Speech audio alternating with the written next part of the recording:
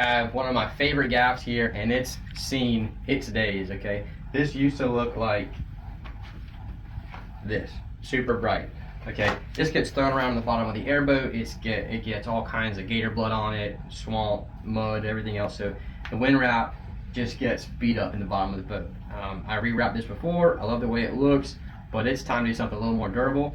So I'm gonna go with some of our heat shrink here. I've already heated up my butt cap, taking it off. If you wanted to, you could cut off an old butt cap, that's easy. I'm gonna leave this wind wrap on to act as a little bit of cushion underneath my heat shrink. So I'm just gonna tape this tag in here that was being held down by the butt cap. I'm gonna tape that down so that it holds it so that my heat shrink, which is just big enough, will fit over. All right, now I'm gonna measure real quick the distance that I want. A little bit extra. Got that mark with my thumb. Pair of scissors. Make sure your tags are straight. That'll look nice and clean. Cut that. Double check, make sure I have the right grip in my hand. Proper length. You never want to heat shrink the wrong size. Alright. So I'm going to slide this down. You could put glue on there if you want to. I typically don't. That way if I ever want to change grips, it's easier to take off or make an adjustment. Pretty sweet. We have a few greens left. Steve reminded me.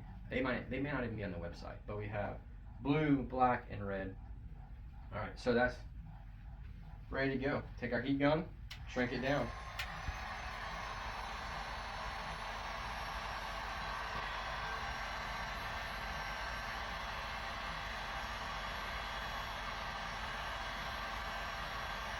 I left that old grip underneath it, so it's going to add a little bit of contour, a little bit larger diameter, a little bit of cushion.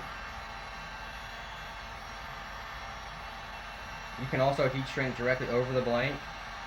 Done that plenty of times. But you can see that that heat shrink is taking the shape of that wind wrap underneath it. You can see the ribs, and that lets you know it's good and tight.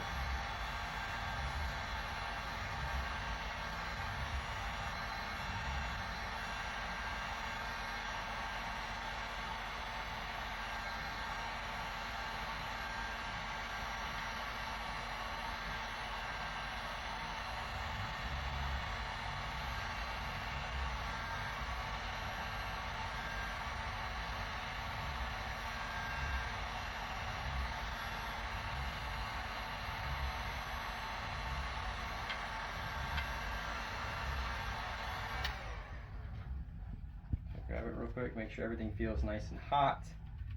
And when it cools, it will be rock solid in place. Okay, so while we're waiting on that to cool, let's go ahead and measure our rear section here. Again, just thumb pinch it, take our scissors, go nice and straight, one cut.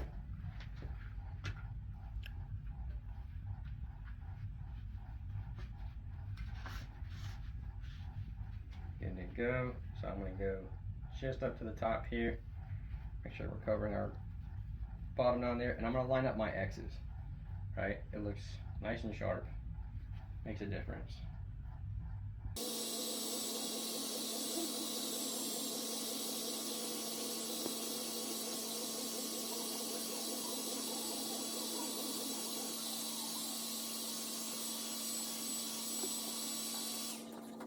See if our butt cap still fits on there. It does. Super nice and snug. Alright, so there you go. So in about, what, 15 minutes, 10 minutes, we replaced a grip on our gaff. We built up a foregrip on a rod that the foregrip was a little bit too skinny on. We spooled up a reel.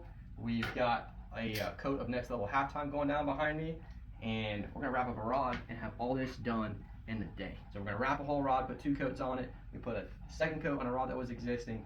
We did all this work on these gaffs and rods right here in about 2 hours actual time.